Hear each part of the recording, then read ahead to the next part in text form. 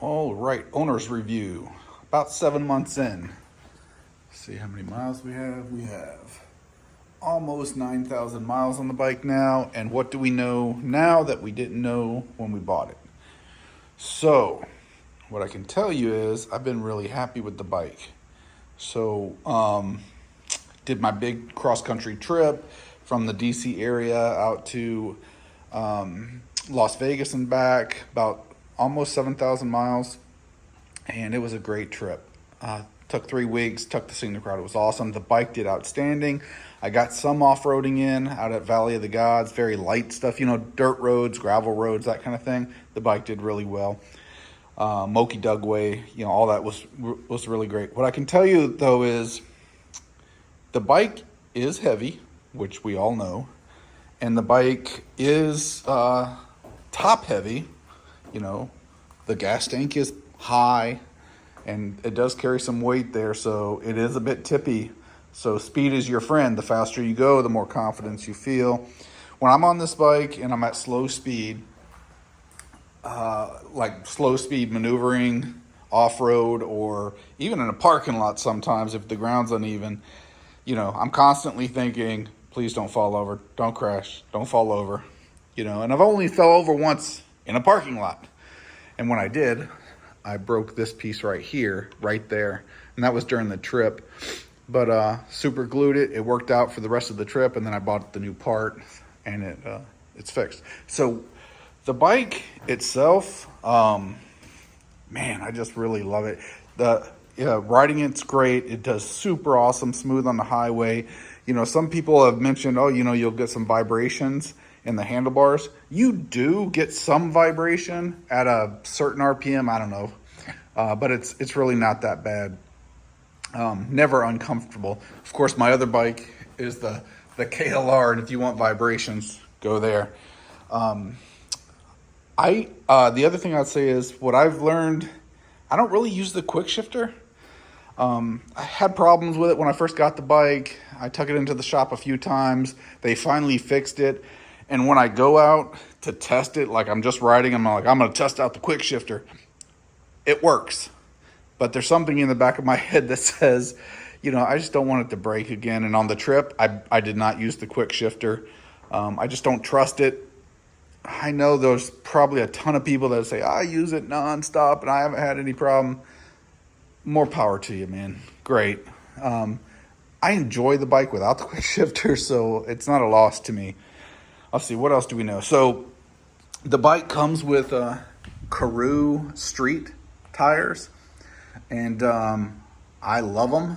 What I can tell you is you're going to get a lot of annoying noise at around 70 miles an hour.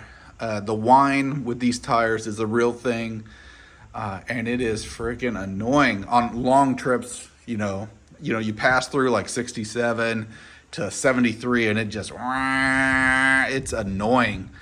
But once you're out of that band, they're perfect. And I can tell you what, I hit a lot of rain on my trip, and these tires did awesome. And I went from, the desert heat to the Rocky Mountain freezing, snowing temperatures, and the tires did great. No problems at all. The bike is comfortable. Now, when I went on the trip, I did have an airflow seat cover on here because it does help with the heat, not getting monkey butt. And it also helps in the rain, so the water runs off and doesn't sit on your butt, which is nice.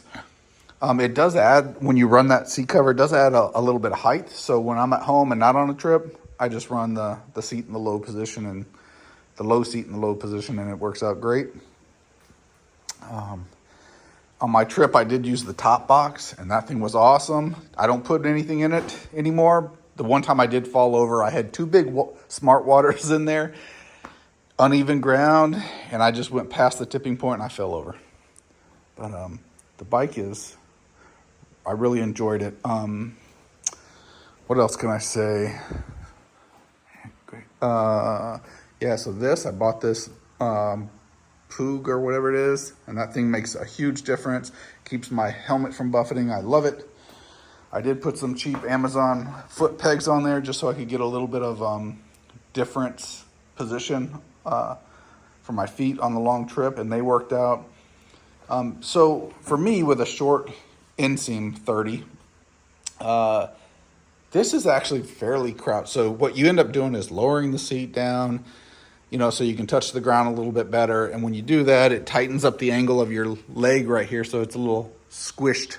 So if you run around with your foot on the peg like normal, it can get a little uncomfortable after a time, but not bad. My hack for that is when my legs feel a little cramped, I move my heel to right here. And it seems goofy, but when you're on the highway, just moving your heel to up here makes a big difference. For me anyways.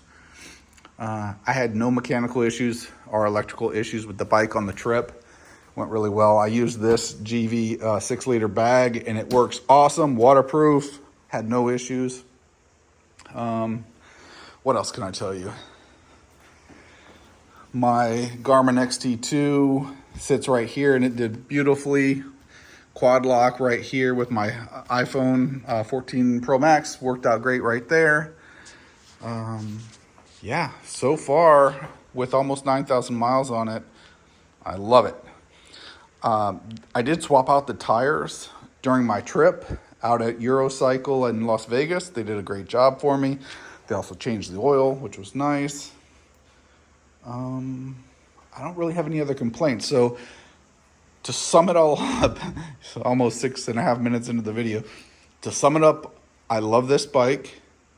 It is a big, heavy bike, and it is top heavy. It is tippy, but man, it's great on the road. It's confidence inspiring.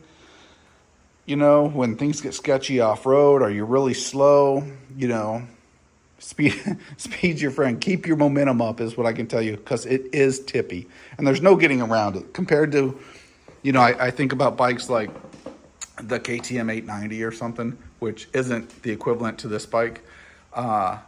It's just so different. The BMW 1250 or whatever Adventure is similar to this bike, and it is a lot less tippy than this bike.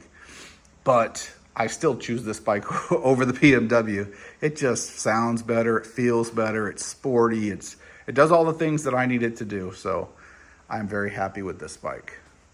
All right, thanks for watching.